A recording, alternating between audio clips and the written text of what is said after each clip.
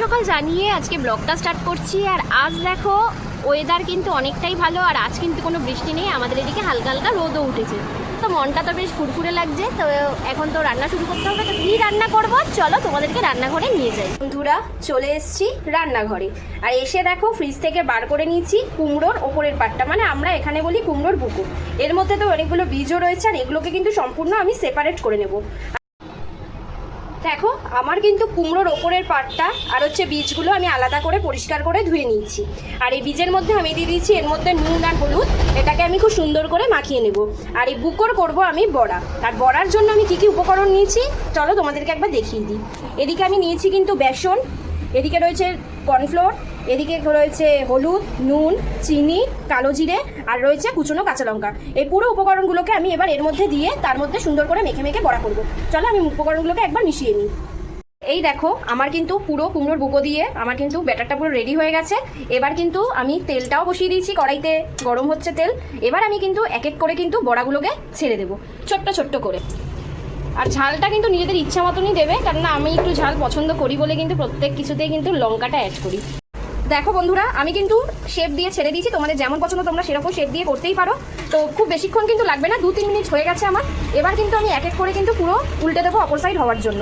মোটামুটি 4 থেকে 5 মিনিটের মধ্যে কিন্তু এগুলো অনায়াসেই হয়ে যাবে। একটা কথা তোমাদেরকে বলার, সেটা হচ্ছে যখনই বড়াগুলো ছাড়বে যার যেটা গ্যাসের মুড সেই অনুযায়ী কিন্তু একদম লো করে দেবে, কেননা ওপরটা কালার চলে আসবে, না হলে কিন্তু ভেতরটা কিন্তু কাঁচা থেকে যাবে। এই যে দেখো আমার কিন্তু 5 মিনিটের মধ্যেই কিন্তু বড়াগুলো একদম লাল লাল করে ভেজে নিয়েছি। এবার একটা হাতার সাহায্যে কিন্তু আমি বড়াগুলোকে তুলে নেব। এবার কড়াইতে আমি ছেড়ে দেবো কুমড়োর বীজগুলো। আর অবশ্যই তোমরা কুমড়োর বীজ ভাজবে যখন সামনে কিছু একটা ঢেকে নেবে, না হলে কিন্তু ফেটে আসার চান্স আছে, তাই কিন্তু খুব সাবধানে কিন্তু এটা করবে। জানি অনেকেই তোমরা হয়তো এগুলো ফেলে দাও, কিন্তু বিশ্বাস করো আমার কিন্তু ফেলে দেওয়া জিনিস খেতে কিন্তু খুবই ভালো লাগে। দেখো বন্ধুরা আমার কিন্তু একটা সাইড হয়ে গেছে। কি করে বুঝলাম একটা সাইড হয়ে যাওয়ার কারণ হলো এই যে দেখো চিটপিট আওয়াজ পাচ্ছি, আর এইভাবে কিন্তু আমি ঢাকনাটাকে সামনে গার্ড করে নিয়েছি। আর তারপর কিন্তু আমি এইভাবে করে নেড়ে দেবো, কেন না হলে কিন্তু গায়ে সেটার চান্সটাকে বারবারই আমি সাবধানতা তোমাদেরকে বলছি। ব্যাস কিছুটা নেড়ে দিলাম এরকম ঢেকে, আবার কিন্তু আমি ঢেকে দেবো। ব্যাস লাল লাল করে আমি কুমড়োর বীজগুলো এভাবে করে ভেজে নিলাম। এবার আমি ট্রান্সফার করে নেবো একটা বাটিতে।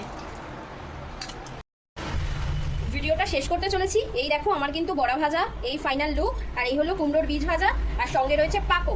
এই দিয়েই কিন্তু আজকে কিন্তু আমরা শনিবারের লাঞ্চটা করব, আর সঙ্গে রয়েছে আমরা দিয়ে ডাল। আর কি চাই বলো শনিবারের মেনুতে? ব্যাস ভিডিওটা এইটুকুই শেষ করলাম। তোমাদের কি এই ভিডিওটা যদি একটু উপকারে আসে অবশ্যই কিন্তু আমার চ্যানেলটা সাবস্ক্রাইব করে আমার পাশে থেকো। ততক্ষণের জন্য তোমরা পরিবারের সকলকে নিয়ে সুস্থ থেকো, ভালো থেকো, টাটা।